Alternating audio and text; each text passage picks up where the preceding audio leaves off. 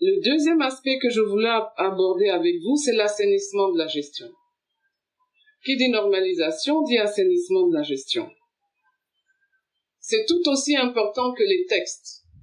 Parce que s'il y avait des bonnes pratiques, je pense que la FIFA n'aurait pas arrêté sa collaboration avec la FIF depuis 2019. C'était même bien avant que la normalisation s'impose.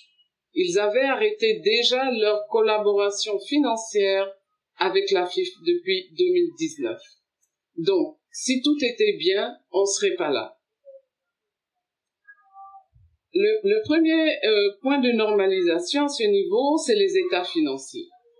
Alors, au niveau des états financiers, certains d'entre vous ont suivi un peu l'Assemblée générale, où le commissaire aux comptes a analysé les comptes et sur un total de bilan de 13 milliards émettait des réserves pour un montant de 4,5 milliards. Ça veut dire quoi? Ça veut dire que sur, je donne 13 000 francs, le commissaire aux comptes dit pour 4 500 francs, je suis pas sûr de la réalité de ce chiffre. Est-ce qu'on peut avancer avec ça?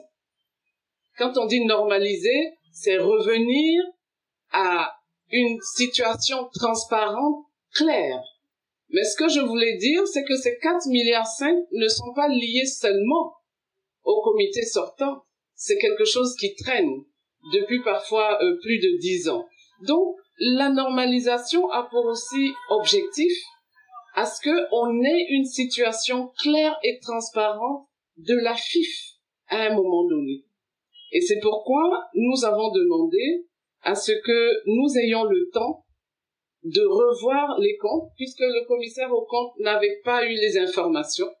Nous avons pris le temps de sortir les informations, d'interroger qui il fallait interroger et d'avoir de façon écrite et formelle la situation de la FIF à un certain niveau. Nous sommes allés jusqu'à même reprendre le comptage des stocks.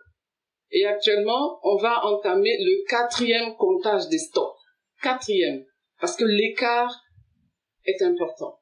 Donc, pour nous rassurer, on refait encore un 4e contrôle parce que le stock a une valeur dans le bilan.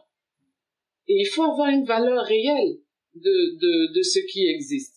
Donc, pour vous dire que c'est tout un travail de fond qui a été fait, cette fois-ci avec la collaboration du commissaire aux comptes, avec pour unique objectif de ressortir des comptes qui reflètent la réalité financière de la FIF.